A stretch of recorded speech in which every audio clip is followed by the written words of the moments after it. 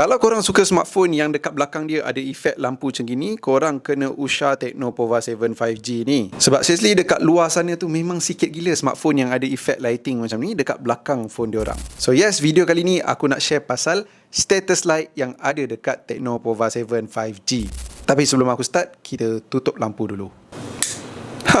Tacut. Okay, so bila je lampu dekat belakang ni akan menyala bila korang pakai Tecno Pova 7 5G ni? First kali bila berkumandangnya korang punya ringtone. Macam ni.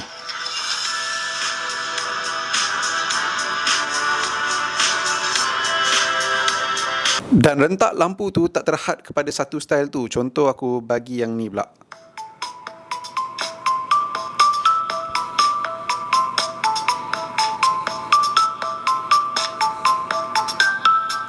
Satu lagi.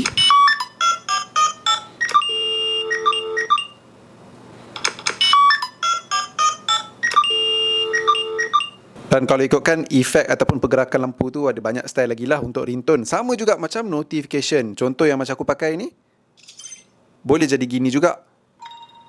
Ataupun yang ni. Dan macam ringtone, banyak lagi pilihan untuk notifications. Takkan dia menyala masa ringtone dengan notifications je? Tidak, dia akan menyala pada beberapa situasi yang lain. Contohnya macam first kali ni, timer. Korang akan nampak dia slowly mengurang.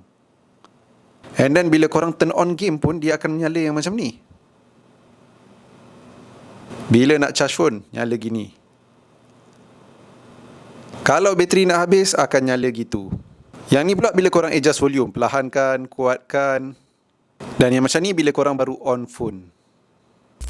Banyak kan situation di mana lampu ni akan menyala. Tapi katalah kalau ada situation yang korang tak berkenan lampu ni menyala. Contohnya masa berkumandangnya ringtone. Korang boleh tutup dekat setting yang light effect masa ringtone. Ataupun kalau korang nak lampu ni menyala hanya bila korang adjust volume, yang lain korang boleh tutup. Korang onkan sahaja volume adjustment punya status light. So macam status light dekat Tecno Pova 7 5G ni, function tak?